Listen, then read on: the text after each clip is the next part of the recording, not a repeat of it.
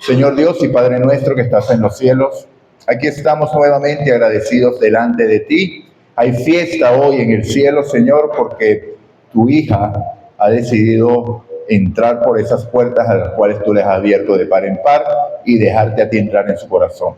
Gracias, Padre, por tu amor y por tu bondad. Perdona nuestros pecados y que tu Santo Espíritu nos tome a todos como enteramente tuyo para que seamos instruidos por ti y la gloria sea solamente tuya. Oración que hemos hecho sin mérito alguno, pero en los méritos santos de tu Hijo amado Cristo Jesús. Amén y amén. Bueno, amados, la lectura bíblica era Juan capítulo 12, versículo 32, y es claro, y dice: yo cuando sea levantado de la tierra, a todos atraeré a mí mismo. ¿Quién dice estas palabras? Jesús, claramente, ¿no? Ya le había dado la referencia a Nicodemo, que así como la serpiente en el desierto era levantada, era necesario que el Hijo del Hombre fuera levantado para que la gente fuera salva y poder nacer de nuevo. Conocemos una historia de amor, ya lo decía en la lección de escuela sabática, que cuando Dios crea a Adán y a Eva, demostró un amor grande, un amor indescriptible, porque cuando Adán abre los ojos, lo que ve es un mundo creado para él. Y le dice que señoree por sobre todas las cosas. Entonces ya Dios había demostrado su amor para con nuestros primeros padres. Pero lamentablemente hubo una mala decisión y perdieron aquello que Dios le había dado y le entregaron el poder o el control de esta tierra al enemigo de las almas, porque se hicieron esclavos de aquel que los había vencido. Pero vemos que Dios tomó la decisión de buscarlo y ahora nos dice a nosotros que Él iba a ser levantado. Nosotros estamos acostumbrados a escuchar historias de amor, ¿sí? Novelas, dramas, y hay una que yo creo que es un clásico literario que todos hemos escuchado alguna vez: Romeo y Julieta. ¿Han leído, han escuchado Romeo y Julieta? Por supuesto. ¿De qué se trata Romeo y Julieta? Una historia de amor entre dos familias que eran enemigas. Si mal no recuerdo, lo pregunté hasta ahorita, porque no me la sé: Montesco y Capuleto. Capuleto, ok. Entonces, familias opuestas, pero los hijos se enamoraron. Entonces tomaron una decisión drástica. La Julieta tomó una pócima para hacerse muerta, para que ella no la pudieran casar con otro hombre al cual no amaba, pero Romeo no sabía el plan y tomó la decisión de morir en nombre de ese amor. Si su amada había muerto, él también moría. Y cuando ella dijo que él había muerto, tomó la decisión de morir. Entonces es un drama, de verdad que es una historia que termina, no como normalmente las historias clásicas que terminan con un final feliz, ¿no? Esta termina con un final ¿cómo? Triste y trágico. En la historia nuestra también hay una historia de la entrega de una vida, pero la historia culmina con un final ¿cómo? Feliz, porque se trata de la reconciliación. Había enemistad también. Nosotros nos habíamos enemistado con nuestro Padre por causa del pecado, pero Él hizo todo para lograr esa reconciliación. Y en ese contexto es que Jesús dice estas palabras: y yo, cuando fuere levantado de la tierra, a todos atraeré a mí mismo. Entonces, diríamos que es algo inexplicable e incomprensible también para nosotros, porque ¿cómo es que el inocente se entrega por los culpables? Jesús es Dios. Jesús decidió hacerse como uno de nosotros por amor a ti y por amor a mí. Mi hermana María Isabel, aceptando ese sacrificio, entendiendo que el lugar de la cruz no era de Jesús, era de ella, era mía, pero Él tomó ese lugar por amor a mí y a ti. Por eso les digo el versículo más conocido de toda la Biblia, que es Juan 3:16. Todos, yo creo que, bueno, de los cristianos, yo diría que un 70-80% se saben ese versículo de memoria, porque es el más conocido. De tal manera amó Dios ¿a qué? ¿Que dio a quién? Para que todo aquel que en él crea no se pierda, sino que tenga vida eterna. Pero cuando nosotros leemos allí el mundo es algo muy grande, ¿verdad? ¿Cuántas personas hay en el mundo? 8.000 millones de personas aproximadamente. Entonces, cuando yo veo esos 8.000 millones, yo puedo de repente buscar una rendijita y salirme de allí. Ok, murió por el mundo, pero tal vez yo no estoy incluido. Pero ¿qué tal si yo leyera el versículo? De tal manera amó Dios a José, que dio su vida por amor a él, para que José, si cree en él, no se pierda, sino que tenga vida eterna. Y aplique allí su nombre y va a ver que el versículo cambia el sentido totalmente. Porque Dios, Jesús, en este caso, vino a morir por ti de manera individual. De hecho, cuando había un solo hombre, él murió en el sentido de un sacrificio, en este caso de Adán. Porque ese cordero que fue sacrificado para darle sus pieles simbolizaba a Jesús. Jesús murió por Adán y por Eva. Y entonces es algo que es personal. Diría, en términos modernos, personalísimo. ¿Okay? Entonces, ese es el acto de amor supremo, Jesús haber dado su vida por cada uno de nosotros. Ahora, vamos a avanzar rápidamente por el tiempo. ¿Quién me puede explicar? 3 personas que lo expliquen. ¿Qué es la justificación por la fe? No todos al mismo tiempo. ¿No hay un valiente? Necesito 3. Dale, Giovanni.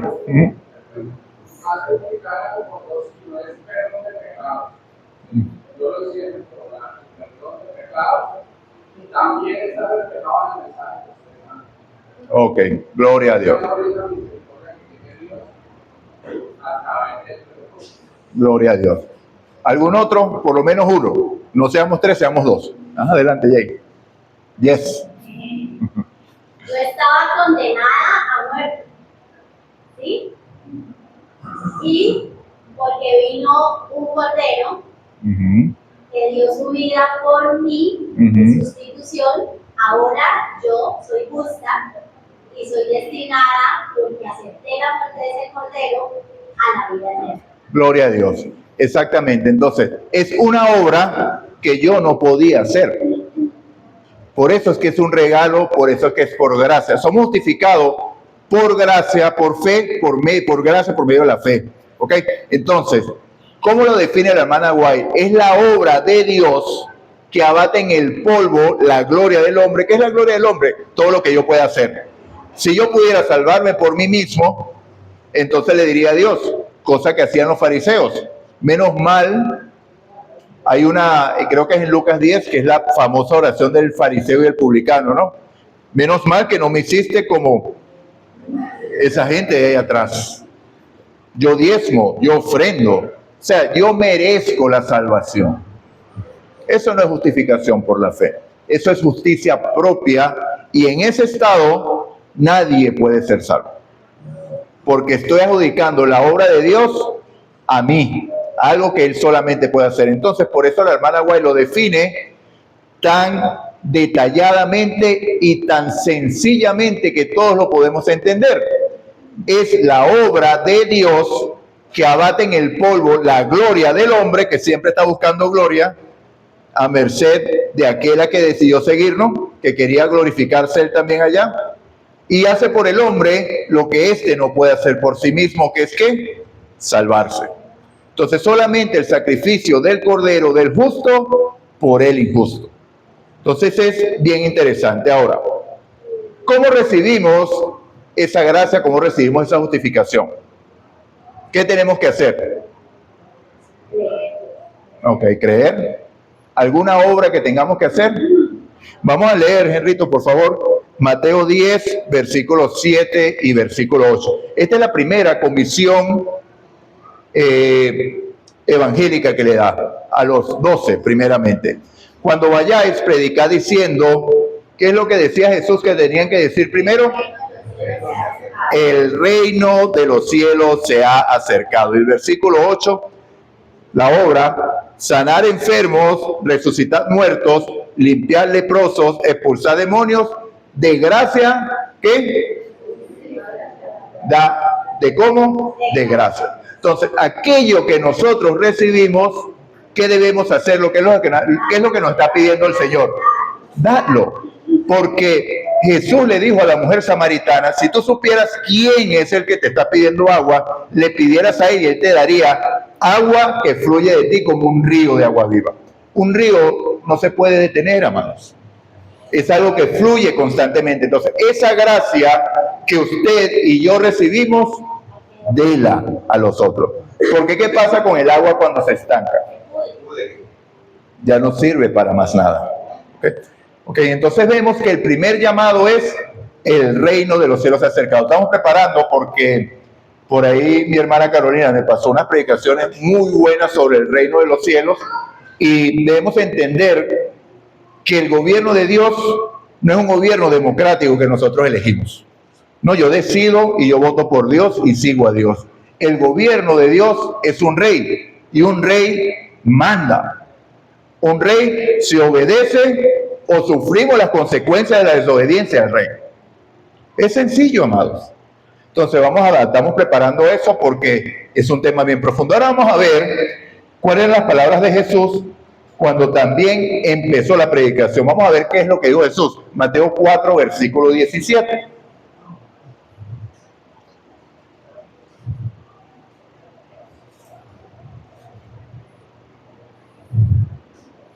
Ok, fíjense. Desde entonces comenzó a predicar. Eso fue el inicio del ministerio terrenal de Jesús.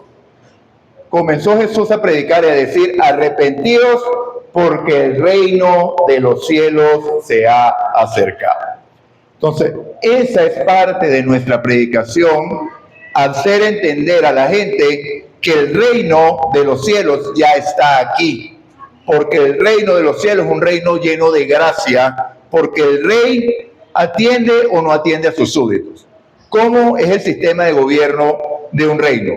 Nosotros no lo tenemos claro porque nunca hemos vivido en uno. Si nosotros vamos al tiempo de la corona, lo que tenemos nosotros aquí en esta parte occidental es opresión y llevada de riquezas y todo eso, eso es lo que vemos. Pero el rey devuelve esas riquezas en atención a sus súbditos. Por eso es que cuando Jesús habla de la oración, dice que nuestras oraciones no deberían ser como la de los gentiles, porque el rey sabe de qué cosas tiene necesidad: su comida, su bebida, su vestido. Él lo dice claramente, que no sean vuestras oraciones como la de los gentiles, porque los gentiles piden todas esas cosas porque no tienen a Dios como rey, porque ellos los han desechado. Ellos salieron del reino por su propia decisión, entonces ellos tienen que pedir por esas cosas. Entonces vemos aquí, ese es el inicio ahora. Jesús vimos que mandó a los 12, ¿cierto? Que fueron los primeros versículos que vimos. Después mandó a 70 y después mandó a ¿quiénes? Cuando Jesús asciende al cielo, ¿a quién mandó? A mí es la respuesta. ¿Dónde conseguimos la gran comisión en la Biblia? 18 al 20. ¿Quién me la puede decir que la tenga grabada en el corazón?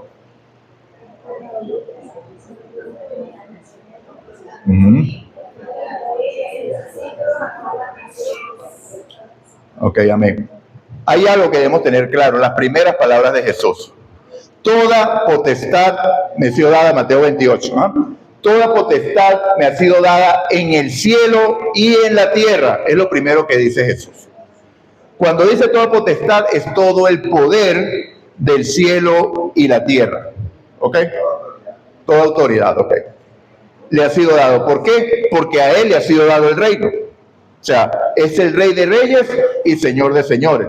Entonces, toda autoridad le ha sido dada en el cielo y en la tierra. Y ahora nos dice, por tanto, id y haced ¿qué? Discípulos. ¿A dónde? A todas las naciones. ¿Y qué más? Bautizándolos en el nombre del Padre, del Hijo y del Espíritu Santo, que no es más que decir en el nombre de Dios, y enseñándole a guardar todas las cosas que os he mandado. Entonces implica el creer y el enseñar. ¿Enseñar qué? Doctrina, amado. La doctrina no está ajena del Evangelio. O sea, es creer, es seguir conforme a los mandatos del reino. El rey aporta todo para que lo que él ordena pueda ser cumplido. Él da gracia para ello. Entonces, ¿cuál es el método que se aplica para llevar adelante la misión? ¿Un método humano o un método divino? Divino. Ok, un método divino. ¿Qué sucede cuando se aplican métodos humanos para el cumplimiento de la misión? Fallamos, ¿verdad? Vamos a Hechos 17, Enrito, por favor. Vamos a empezar en el versículo 16, 17, 16. Pablo estaba en Tesalónica y después llegó a Berea. Y en Berea consiguió algo interesante, porque muchos de los judíos creyeron porque eran más nobles que los de Tesalónica. Porque cuando Pablo le predicaba a los bereanos, ellos después iban a las escrituras para ver si lo que Pablo decía era cierto. Y así deberían hacer ustedes hoy aquí. Anotar lo que yo estoy diciendo y después comprobarlo con las escrituras, porque yo pudiera ser un falso maestro y lo estoy llevando al despeñadero. Si creen al hombre, pueden perderse, pero si creen a Dios, ¿podrían perderse? Imposible, ¿verdad? Entonces, ellos hacían eso. Entonces estaba Pablo esperando. Mientras Pablo esperaba, ¿a quién? Pablo tuvo que ser sacado de Berea porque se armó un alboroto allá y sacaron a Pablo rápidamente. ¿Quiénes se quedaron en Berea? Timoteo y Silas. Entonces eso es lo que está esperando Pablo allí. Dice, mientras Pablo esperaba en Atenas, su espíritu se enardecía dentro de él al contemplar la ciudad llena de Dios. Entonces conocemos la historia. Pablo veía idolatría por todas partes. Vamos ahora al versículo 18 y 19. Entonces, ahí hablaba a todos. Entonces también disputaba con él algunos de los filósofos epicúreos y estoicos, y algunos decían, ¿qué quiere decir este palabrerío? Y otros parece ser un predicador de divinidades extrañas, porque les predicaba de Jesús y la resurrección. ¿De qué estaba hablando Pablo? Jesús y la resurrección. ¿A quién estaba invocando Pablo? A Jesús y a la resurrección. ¿A quién estaba levantando Pablo? A Jesús. Y si yo fuera levantado de la tierra, a todos atraerá a mí. Hasta ahí va todo bien. O sea, ¿por qué? Porque había curiosidad. Recordemos que estudiamos hace 2 semanas, estudiando el libro de Corintios, que los judíos, ¿qué buscan? ¿Qué es lo que buscaban los judíos? Los judíos buscan señales. ¿Y los griegos qué quieren? Sabiduría. Pablo está satisfaciendo su curiosidad, pero les está predicando de Jesús. Ahora, el versículo 18, decía la resurrección, el 19, y lo tomaron y lo llevaron ¿a dónde? Al Areópago, diciendo, ¿podemos saber qué es esta nueva enseñanza que proclamas? ¿Qué representaba el Areópago? ¿Qué era el Areópago allí? El punto central de la ciudad de Atenas. O sea, como Pablo estaba predicando algo que ellos no conocían, que los estaba atrayendo, porque estaba predicando a Jesús, y cuando él fuera levantado, ¿qué pasaba? A todos atraeré a mí mismo. ¿Ok? Entonces, lo llevaron al lugar donde podía ser más escuchado. Todos vimos, o la mayoría vimos, yo por lo menos yo vi la final de fútbol, y vimos al muchachito Justin Bieber cantando una adoración a Dios allí, que es algo que es maravilloso en su contexto, porque en un lugar donde todo habla del mundo, alguien exaltó a Dios, así sea de la manera equivocada, pero está siendo nombrado el Dios verdadero, el Dios creador. No estoy diciendo que la adoración sea correcta o no, pero llevaron a la gente, a la mente, a Dios. Gloria al Señor por él. Entonces, pero hay un problema aquí. Vamos ahora a ver los versículos 22, 23, 24, el 30, el 31. Vamos al 22. Ok. Entonces Pablo, poniéndose en pie en medio del Areópago, dijo, varones atenienses, percibo que soy muy religioso. Aquí Pablo, recuerden que estaba hablando de Cristo y de Cristo crucificado. Aquí Pablo aplica otro método. Él dice, si ellos quieren sabiduría, vamos a satisfacer su pedido, vamos a satisfacer aquello que están pidiendo. Entonces, él ve el contexto cultural y dice, voy a usarlo a mi favor. Voy a usarlo al favor para que escuchen la predicación. Ya deja de ser un método divino y empieza a ser un método, ¿qué? Humano. Exactamente. 23. Ajá. Porque mientras pasáis observado el objeto de vuestra adoración, hallé también un altar con esta inscripción, al Dios desconocido, pues lo que vosotros adoráis sin conocer, eso os anuncio yo. 24. El Dios que hizo el mundo y todo lo que en él hay, puesto que es Señor del cielo y la tierra, no mora en templos hechos por manos humanas. Ahí estamos bien. Pero recuerden que Pablo está buscando satisfacer la necesidad de los griegos. Versículo 30, Henrito, 31 y 32. Vamos aquí. 30. Por tanto, habiendo pasado por alto los tiempos de ignorancia, Dios declara ahora a todos los hombres en todas partes que se arrepientan. Pablo le dio una descripción diciendo, hablándole del juicio.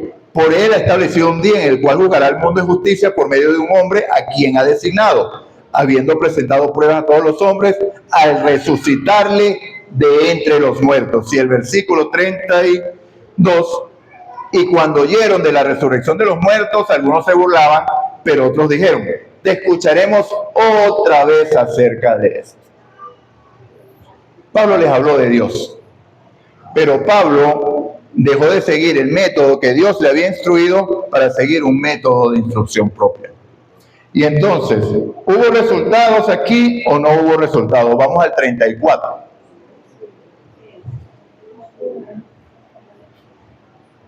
Pero algunos se unieron a él y creyeron, entre los cuales estaban Dionisio, el Areopagita, una mujer llamada Damaris y otros con ellos. O sea, cuando Pablo aplicó, le predicó de Dios, sí, hubo un llamado y unas personas aceptaron.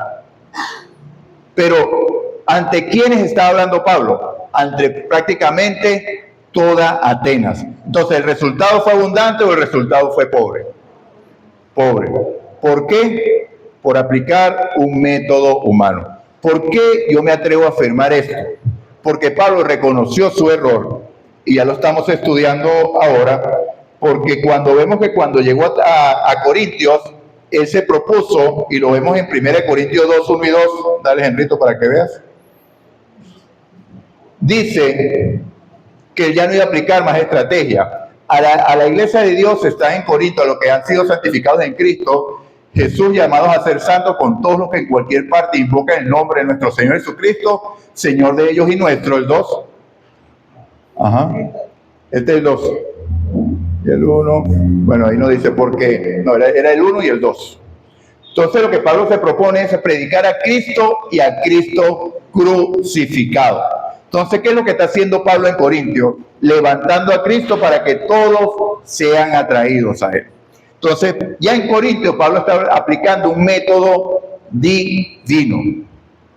¿Okay? ¿Para qué? Para que los resultados no se repitan lo que sucedió en Atenas, porque el resultado puede haber sido mejor, pero lamentablemente no fue el esperado. Ya vamos a ver una cita de la hermana White que hable de esto. Ahora, vamos a hacer el contraste con otra persona que también predicó, pero aplicó un método divino. Vamos a Hechos, capítulo 2, versículo 22.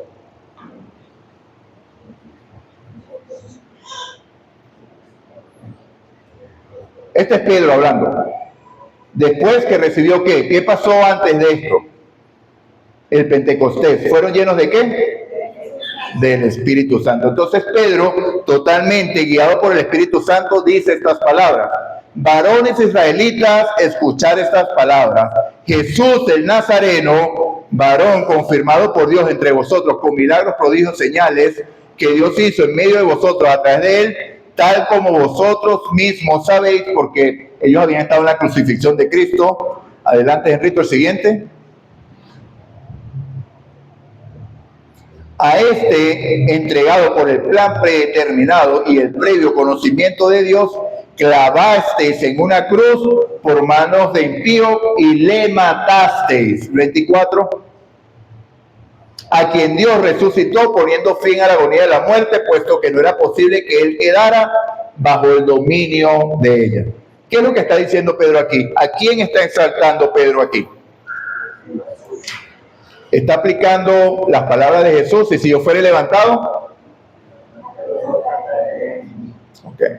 Vamos ahora 36 al 39.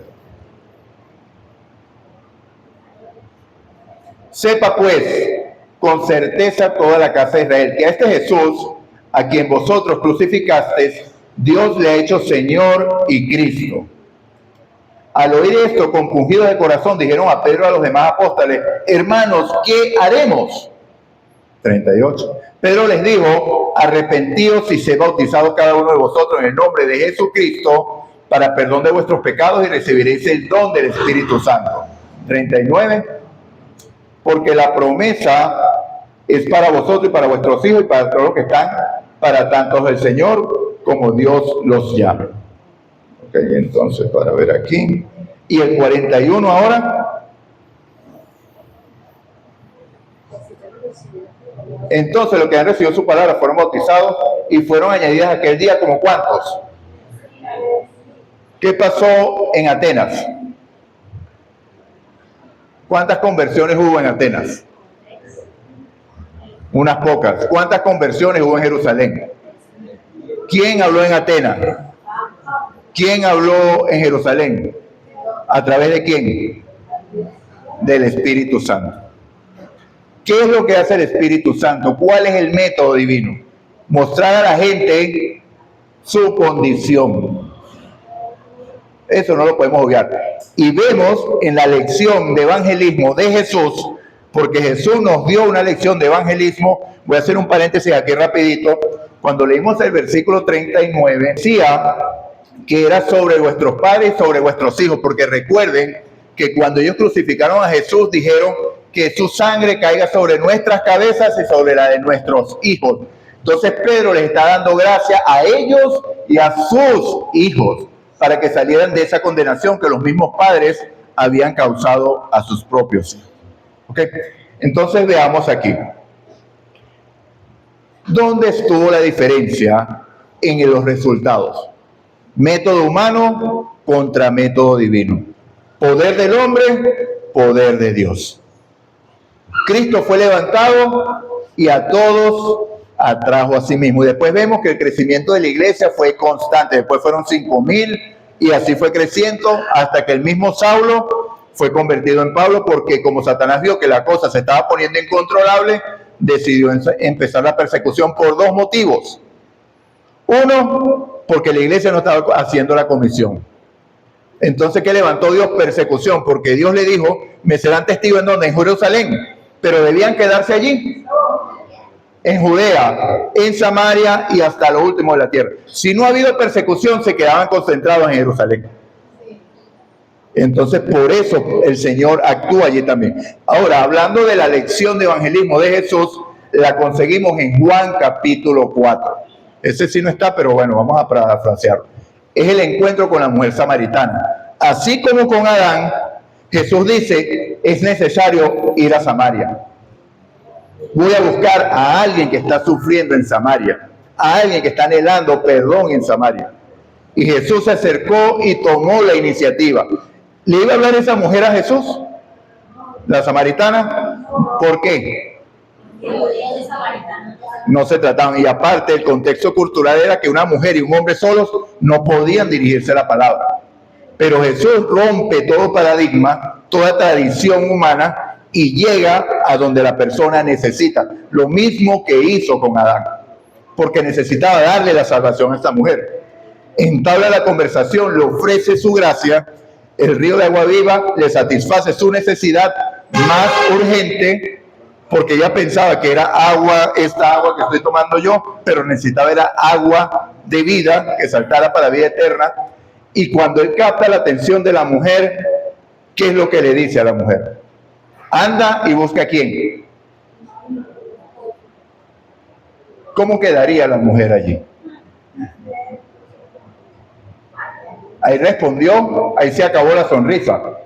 Me imagino, sí, dame el agua para no tener que venir aquí y nuevamente y todo eso, porque ya estaba pensando en el agua física todavía. Anda y busca a tu marido. La sonrisa se cambió en una cara seria. No tengo marido. Bien has dicho. 5 maridos has tenido, el que tienes ahora no es tu marido. ¿Qué le mostró Jesús?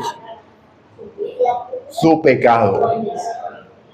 Entonces lo llevó directamente, lo mismo hizo Pedro. Entonces, ¿cuál es el método divino? Mostrar a la gente su condición delante de Dios, para que el Espíritu Santo pueda actuar. Jesús le dijo, no tienes marido, pero no le condenó por eso, que esa es la diferencia con nosotros, que lo llamamos y después metemos el dedito en la llaga. Yo te he dicho que eso no se puede hacer. ¿Por qué lo sigues haciendo? Y ahí nos vamos. Es simplemente mostrar que el Espíritu Santo actúe, porque esa es la primera función del Espíritu Santo, convencer para llevarnos ¿a qué?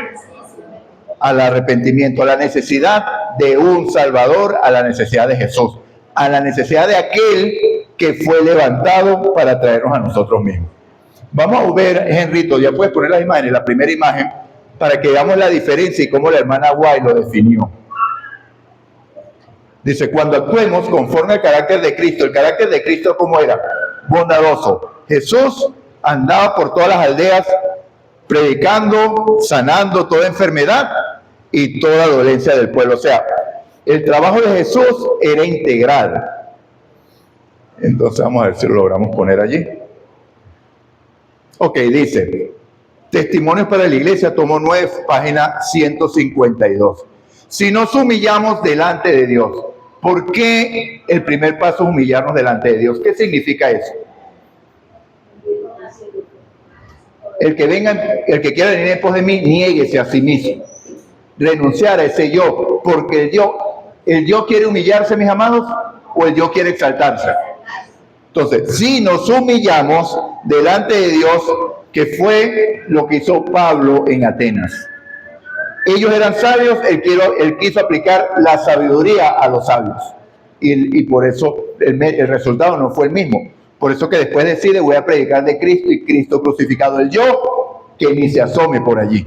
Porque la misión queda como interrumpida, queda estorbada si yo pretendo aplicar mis métodos. Cuando nosotros aprendamos eso, la misión va a fluir. ¿Por qué? Porque nos vamos a entregar por completo a Cristo. Fíjense, si nos humillamos delante de Dios, si fuéramos bondadosos, corteses, compasivos y piadosos, habrían 100 conversiones a la verdad, donde hoy hay solo una, dice la hermana Webb.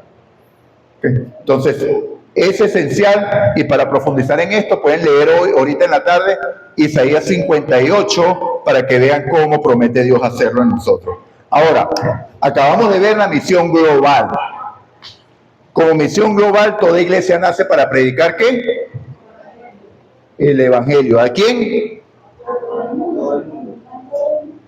Y en base a la misión nos unimos, ¿verdad? Porque tenemos todos un fin común: llevar el Evangelio a todas las almas. Ahora, la iglesia adventista nace con un propósito específico también, porque nosotros nacemos en un momento profético para una misión profética. ¿Quién viene? Gloria a Dios. ¿Cristo viene? Gloria a Dios. Viene Cristo, entonces hay que preparar el camino para la venida del Señor. Pero Cristo viene, pero primeramente hay un juicio. ¿Y cuál es la misión específica de nosotros como iglesia? ¿Predicar cuál mensaje? Ajá, el mensaje de los 3 ángeles, correcto. ¿Quién me puede decir el mensaje de los 3 ángeles de memoria? Usted no. Si nosotros estamos comisionados a hacer algo, ¿cómo podemos hacer algo que no siquiera sabemos? Entonces, es hora de ponernos serios. Y voy a decir, de repente esta palabra la van a ver seria, a lo mejor se van a poner bravos conmigo, pero es la verdad. Ya se acabó el tiempo de jugar a la iglesia, mis amados. Cristo está a las puertas. El tiempo es corto. Las profecías están avanzando porque hay un pueblo que está empezando a depender de Dios. Si nosotros no aceptamos esa invitación de Dios y nos juntamos con ese pueblo, nuestro destino eterno está en peligro. No porque Dios no quiera, porque Él es el que nos da la salvación. Vimos que es de gracia, ¿sí o no? No tengo que hacer nada, pero sí tengo que aceptarla. Y el aceptar la salvación de Dios implica un compromiso, implica dejar que Él actúe, viva y se desarrolle en mí. Entonces, el mensaje de los 3 ángeles, vamos a leerlo entonces, Apocalipsis capítulo 14, versículos 6 al 8. Bueno, aquí vamos a estar brincando allí. Bien lo dijo mi hermano Giovanni, que es la justificación por la fe, y es el mensaje del tercer ángel, que también lo hemos estudiado. Ajá. Dice, y vi volar en medio del cielo otro ángel que ¿qué tenía? ¿Cuál es el evangelio eterno? Si yo fuera levantado. Entonces, ¿qué es lo primero que trae este ángel? Una solución a los problemas de la humanidad. Eso es lo primero que trae el ángel. Ofrece la gracia del Señor, ¿para qué? Para enfrentar lo que viene. Porque dice, Para anunciarlo a todos los que moran en la tierra, toda nación, tribu, lengua y pueblo, que es el llamado, ¿no? A predicar el evangelio. El versículo 8, diciendo, temer a Dios y darle gloria, porque la hora de su juicio ha llegado. O sea, viene un juicio, pero ya hay salvación. El juicio, mi amado, no es para condenarlo a usted o condenarme a mí. El juicio es para liberarlo a usted y liberarme a mí. Cuando estaba el pueblo de Dios cautivo en Egipto, vinieron las plagas. ¿Eran las plagas juicios o no eran juicios? Eran juicios. ¿Juicios sobre quiénes? Sobre los dioses de Egipto. Para que los egipcios se dieran cuenta que estaban siguiendo banalidades, que esos dioses no podían hacer nada por ellos, que el Dios verdadero había llegado para manifestarse en el mismo Egipto. ¿Sí? Había salvación, unirse al pueblo. Y entonces el juicio que condenó a los egipcios o que destruyó a Egipto, ¿qué hizo con el pueblo de Dios? Le dio libertad. Entonces, cuando usted acepta el evangelio, está libre porque el juicio lo va a libertar. Entonces, el primer mensaje es el evangelio para que sean liberados de ese juicio. Temer a Dios y darle gloria porque la hora de su juicio ha llegado. ¿Empezó el juicio o no empezó el juicio? Adventista, ¿cuándo empezó? 1844. ¿Jesús pasa de dónde? Gloria a Dios. ¿Ok? Versículo 8. Y le siguió otro ángel diciendo, sí, el 8. Cayó la gran Babilonia, que ha hecho beber a todas las naciones, vino el furor de su fornicación. Y el 9 y el 9. Entonces le siguió otro ángel diciendo, si al gran voz, si alguno adora a la bestia de su imagen, recibe la marca en su frente o en su mano. El 10, él también beberá el vino de la ira de Dios, que fue vaciado en el cáliz de su ira. Ok, mis amados. Entonces, esto es. Ahora, ¿por qué la misión se ha cumplido a medias? Mis amados, sencillo.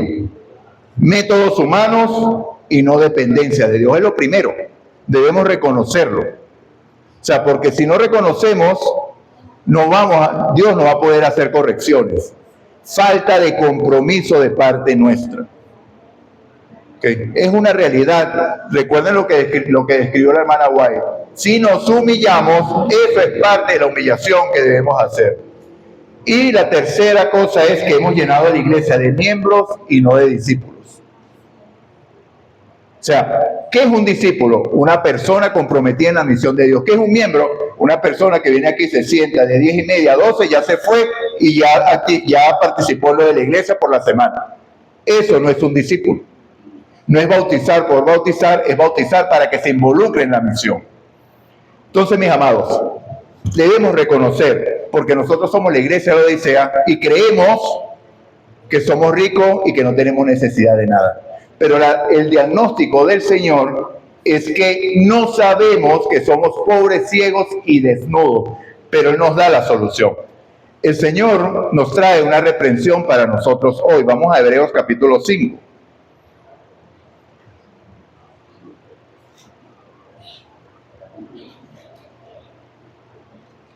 A partir del versículo 11. Nos dice el Señor a nosotros hoy. Dice el Señor porque yo no estoy hablando palabras mías. Estoy hablando palabras de Dios. ¿A quién? A su iglesia, a su pueblo. ¿Es usted parte del pueblo de Dios? Entonces, ¿para quién son estas palabras? Para mí. Dice el Señor. Acerca de esto tenemos mucho que decir, pero es difícil de explicar por cuanto os habéis hecho tardos para oír. Valga decir que hasta el momento que hablamos de la comparación entre los dos evangelios, se veía sabroso porque estábamos hablando de la gracia de Dios y claro que es sabroso. Lechita espiritual, fácilmente digerible, ¿verdad? Todo la podemos entender, todo la podemos digerir, a todos nos gusta. Pero cuando viene la comida sólida, y ahí empieza a caer pesada la cosa. ¿O no? Entonces, se han hecho tardos para oír. Tardos para oír. Debiendo, versículo 12, ser ya maestro después de tanto tiempo, no nos sabemos el mensaje de los 3 ángeles, ni siquiera. Deberíamos saber por lo menos eso de memoria. ¿Sí? Después de ser ya maestro, después de tanto tiempo maestro, tenéis necesidad que se os vuelva a enseñar cuáles son los primeros rudimentos de la palabra de Dios. Hablar de la justificación de la fe una vez más. Y habéis llegado a ser tales que tenéis necesidad de leche y no de alimento sólido. Palabras fuertes de Dios.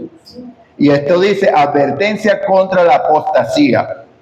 Es el título en la Biblia. ¿Por qué? Porque cuando no estamos firmemente pisando la palabra de Dios, cualquier viento de doctrina nos lleva. Entonces debiéramos ser ya maestros, pero no. Y todo aquel que participa de la leche es inexperto en la palabra de justicia porque es un niño. El alimento sólido es para los que han alcanzado madurez, para los que por el uso tienen los sentidos ejercitados en el discernimiento del bien y del mal. Entonces, mis amados, el Señor nos mandó en una comisión, ¿ok? Ir y hacer discípulos, no hacer miembros de iglesia, discípulos. Pero para poder hacer discípulos debo comprometerme con Cristo en la misión. ¿Qué nos dio Dios a nosotros? Ajá. ¿Y qué está involucrado en ese todo? Ajá. Nos dio la vida de su Hijo. Cuando decimos todo, dio todo lo que Dios tenía por amor a ti, por amor a mí. ¿Cómo no responder nosotros a ese amor? Amor con amor, ¿sé qué? ¿Estamos respondiendo realmente a ese amor nosotros? ¿O soy yo más importante que la vida de Cristo? Bueno, mis amados, Él nos da la solución. Vamos a concluir con Apocalipsis 3:20. Amén.